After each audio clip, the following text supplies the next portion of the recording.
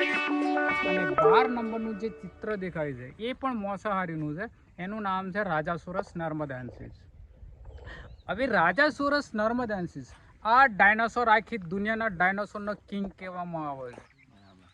કેમ જાણો છો તમે? તમે નથી જાણતા. હવે આખી દુનિયાના ડાયનાસોરના કિંગ કેમ છે?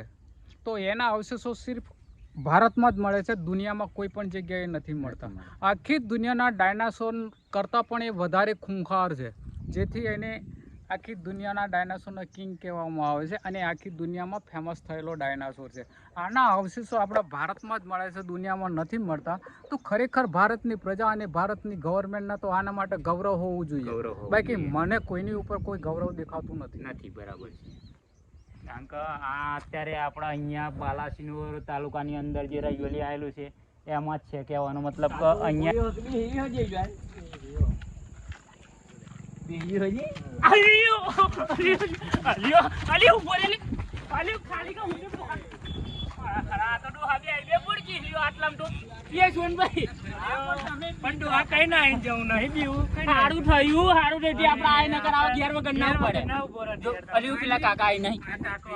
ના રાખતા એક આ રેપ્લિકા બનાવેલું છે, ઓરિજિનલ નથી. રેપ્લિકા પૂતળું બનાવેલું છે. ગુજરાતી ભાષામાં પૂતળું આ તો પણ સારું હાસું એવું લાગે, જીવતું એવું. કારણ કે આનું પૂતળું બનાવેલું જ છે એવું, જીવતું હોય એવું, જેથી આપણને લાગે કે આ તો આપણને ખાઈ જશે. આ તો આવડે ખાવા ખોલી નાળો આમ કરીએ પછી આમ કરી હેટાળ બાજુ શું હોવાનું આ એટલે કઈ રીતનું હોવાનું રહસ્ય બસ છે કઈ? આનું રહસ્ય બહુ ઘણા લાંબા સમયની વસ્તુ છે. ઘણો લાંબો સમય થઈ ગયો. આ પૃથ્વીમાં જ્યારે એક જ ભૂભાગ હતો, એક જ ખંડ હતો, ત્યારે આ ડાયનાસોર આ પૃથ્વી પર રહેતા હતા. મને ખબર પડે આ ટૂંકડી પૂતળું બનાવ્યું પણ આનું રહસ્ય તો બહુ લાંબુ. આ 6.5 કરોડ વર્ષ જૂનું પ્રાણી છે. ડાયનાસોર તરીકે આપણે આને ઓળખીએ છીએ, પણ ડાયનાસોર શબ્દ એ અંગ્રેજી શબ્દ છે. એનો ગુજરાતીમાં આપણે ભાષાંતર કરીશું તો એ ભયંકર રાક્ષસી ગરોળી છે. ડાયોસોર એમ કેતા હતા. ડાયોસોર નહીં, ડાયનાસોર. ડાયનાસોર એક શબ્દ છે ભયંકર. હા, એનો ટ્રાન્સલેશન અંગ્રેજીમાં થતું હશે ટેરિબલ જાયન્ટ લિઝાર્ડ અને ગુજરાતીમાં રાક્ષસી ગરોળી. આવો આનો અર્થ થાય છે. એટલે મહાકાય પ્રાણી હતું આ પૃથ્વી પર રહેતું. આપણને આ શાકાહારી છે આ ના ખાય, પણ સામે વાળું ખાઈ જાય. આવડા દોઢમાં ગોળ જેવું દેખાય જો પેલું ખોટો નાખલો એ માંસાહારી છે, આ શાકાહારી.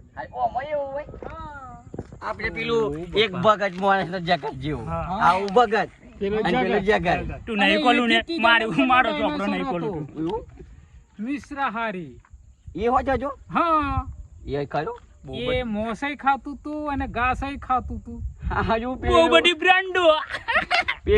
પેલું આપણામાં આવે ભગત ખરો, જગત ખરો. ઓમ મારા પે દે અને ઓમ લાયા પડી શ્રાવણમાં ભગત અને આડી દાડે જગત. હારું ઓનું કયું આમ ખરું વસ્તુ. અત્યારે આપણે રૈયોલી બાલાસિનોર તાલુકામાં રૈયોલીમાં આવેલું હો. અને આ એટલે આનું અહીંયા આગળ ચમનું થયું પણ એમ અહીંયા આવ્યું કઈથી કશું મળેલું અહીંથી કે શું હતું? ડાયનાસોર આખી દુનિયામાં રહેતા હતા, પણ ડાયનાસોર લુપ્ત થઈ ગયા. એક સમય કાળ એવો આવ્યો કે ડાયનાસોર સમગ્ર દુનિયામાંથી મરી ગયા. બાલાસિનોરમાં આવેલું આ રૈયોલી છે, તો રૈયોલી ગામના ખડક વિસ્તારોમાં ડાયનાસોરના જે હાડકા છે, જેના અવશેષો આપણે કહેતા હોય છે, એ અત્યારે અહીંયા મળી આવે છે. આ તો જીવતા વચ્ચા પણ ખાઈ જો નહીં હતા. જો જીવતા હોત તો ખાઈ આ પ્રજ્ઞા આવત ને આયું બનવાનું કશું આમ ખયું આમ આ બધું. એના ઘણા બધા હાડકા પથ્થરોમાં ફસાયેલા છે. બાપરે બાપ, આટલા બધા રોટિયાર કુડ્યા ખરું. બતાવી કાકો હેલો કાકા બજાવો હું શું કહું આ ગોયા ગણ એમ ખબર કેમ નહીં પડે? હજી કાકો જો અહીં એવું આ કાકા સંશોધનમાં કામ કરેલું છે. બરાબર. એટલે તમે જે પૂછો એના જવાબો તમને મળશે. બરાબર વધારે મગજમાં નહીં કર્યું. ના બોલું મન તો બોલ બોલ વધારે કહે હાવ. બીજા સવાલ કરો પણ અમને જોડવા મળે તો અમે ના બોલીએ પછી હારું આ યાર. કયું કાકા જો આપણે જઈએ કઈ તો લેજો. ખરા. ભગવાન બચાવો તો ખરા. બસ સારું જોરદાર મન તો અહીંયા આગળ એવું લાગે કે સ્વર્ગમાં આવી ગયો એવું લાગે બોલા કે પછી હવે પેલો ડાયનાસોર આયા તો નરકમાં મૂકી ઘર ગયા. બનાવી દઈએ તું બીવડાવી ના ડોહા ડો પેલા કાકા ગયા તા. ઘર બનાવી દઈએ ઘર બનાવી દઈએ પેલા કાકા ના ગયા ડોટ કાઢ નકર નહીં બતાલું બોલ એને અહીંયા જોતું નહીં કાંઈ આચું પણ. મને હે જાદુ નહીં ને. જગવામાં આવ્યો પછી. જય જેટલી એને નહીં. ફોટો કરી લઉં ન્યાલે તું પાયે જો ક્યાં આવ્યો ભાઈ જય માં એ અલ્લાહ આમ તો પાવું ને આવો જાય ને શું કરી ગાડી કરી. કોની મારી છે કાકા એમાં આજે આપણે ડાયનાસોરનું પૂતળું જોઈને આયા. બરાબર એ શાકાહારી ડાયનાસોર છે તો એ શાકાહારી ડાયનાસોરના ઈંડા જે ગોળ ગોળ વર્તુળ જેવા દેખાય છે એમાં ઓલી આઈડી સાચી વાત છે કાકાની તો આઈડી ગોળ ગોળ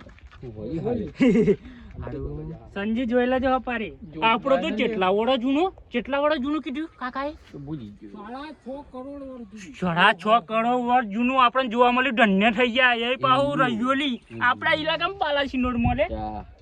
ખતરનાક હાડું હા જોરદાર હે ને? આ સેફટી બોર્ડર મારી જો સરસ સરસ હા તો આપણે તો આચું આટલું બાજુ બધું લોકો દેશ વિદેશથી આવા આપણા ઇલાકાની અંદર જો આ બોર્ડમાં આ બધું આ લખેલું જ અહીંયા આગળ જો આપણને તો આવડે ના ઇંગ્લિશમાં તો આવડે ના આના જેવા 10,000 ઈંડા અત્યારે આ પાર્કમાં છે. 10,000 ઈંડા આજુબાજુ બોર્ડર મારી આ બધો વિસ્તાર લાગી જાય હે ને બોર્ડરમાં તો છે ને અંદર પણ અહીંયા પણ છે ઈંડું વાળો એ જો બહાર. અરે રે રે રે જો ઝૂમ કરીને બતાવજો ભાઈ અડવાનની અડાઈ ને ના આ એનો ખાલી આકાર હજી ઈંડું આવડું ઈંડું આવે એનો અવશેષ આ ફૂટબોલ જેવડો ઈંડું આવે પણ થોડો ભાગ અહીંયા ઉપર દેખાય છે વધારે પથ્થરમાં આવે. અંદર નીચે આ પથ્થરમાં છે બીજો ભાગ બરાબર નિહાળવા તા બીજા કઈ જઈએ જોવા આગળ ટમન તો લાગે જોવાનું મસ્ત બધું જોયા જેવું હે ને જોયા જેવું કહેવાય યાર. આવું તો કોઈ દાડો જોયું જ નતું. અહીં તો હું ટમન ચમ લાવ્યો કેમ હા. બહારનું પબ્લિક બહુ આવે એવું એમ હો આ બાલાસિનોરમાં ફેમસ છે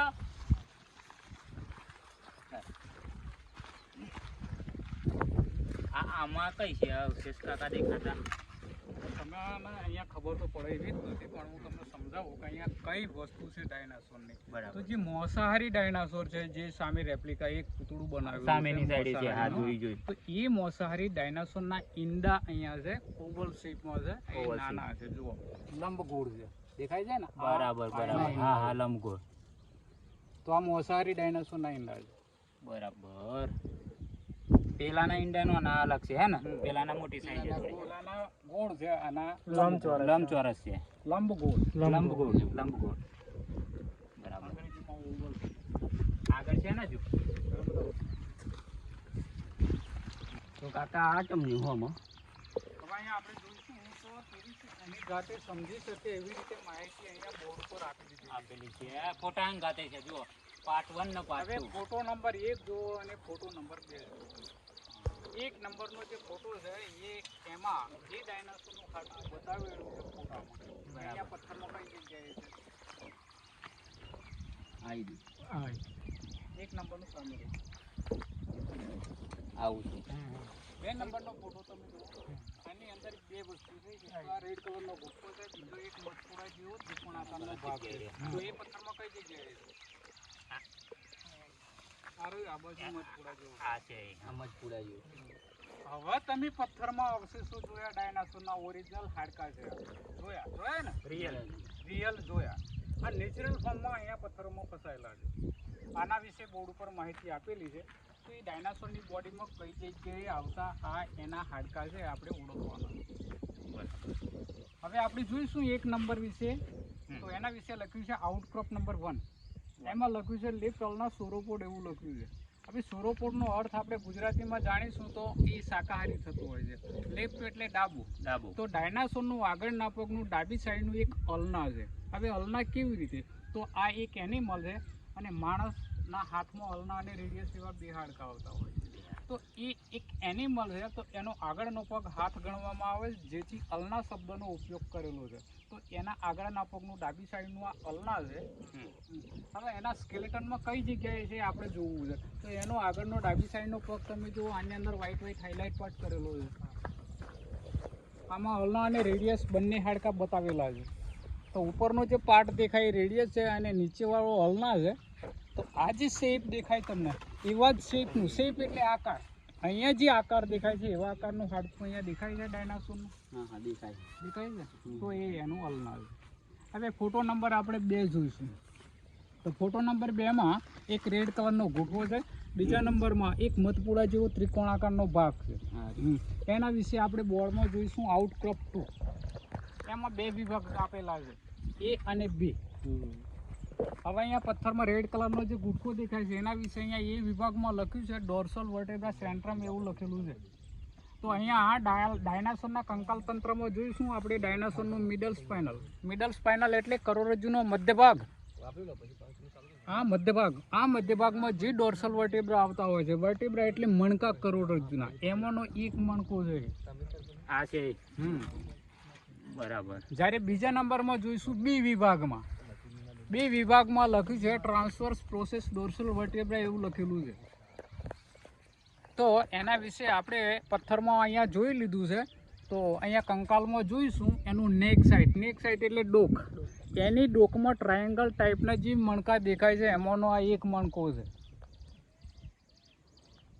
તો આવી રીતે અહીંયા બોર્ડ પર માહિતી આપેલી છે. બરાબર. અને આ માહિતી સાયન્ટિફિક લેંગ્વેજમાં હોવાથી ટુરિસ્ટોને સમજાતું નથી. બરાબર. આના માટે ગાઈડની જરૂર પડતી હોય છે. જો આમાં બહુ બધા અવશેષો આપેલા છે, ટોટલી બધા સમજાવવા જઈએ તો મિનિમમ આખા દિવસનું વિડીયો બની જાય એવું છે, 6-7 કલાકનું. એટલે ટોટલી વસ્તુ અમે સમજાવી નહીં શકતા. પણ જો તમે નજીકના હોય ને આવી શકતા હોય તો 100% તમે અહીંયા રૈયોલી બાલાસિનોર તાલુકામાં રૈયોલીની વિઝિટ કરો અને આ કાકા અહીંયા જ રહ્યા તમને પ્રેક્ટિકલી સમજાવશે. જો અમે એક પથ્થરનો વિડીયો બનાવવા જઈએ તો એક પથ્થરનું 10 થી 15 મિનિટનું વિડીયો બને.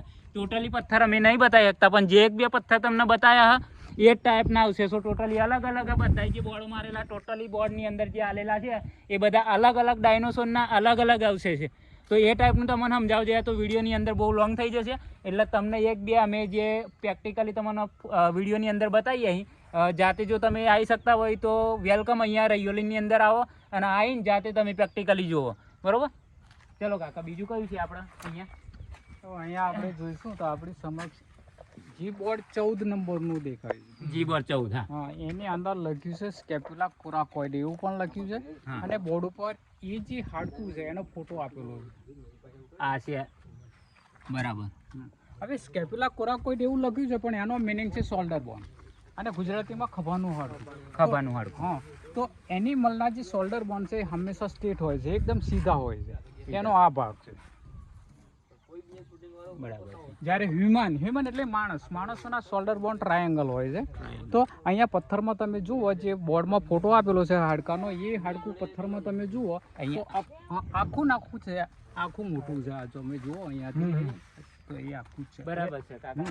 હું હવે તમને લાકડીથી બતાવું, તમે જુઓ એનો આખું શેપ જે દેખાય છે એ આખું હાડકું જે છે ભાગ છે બોર્ડ.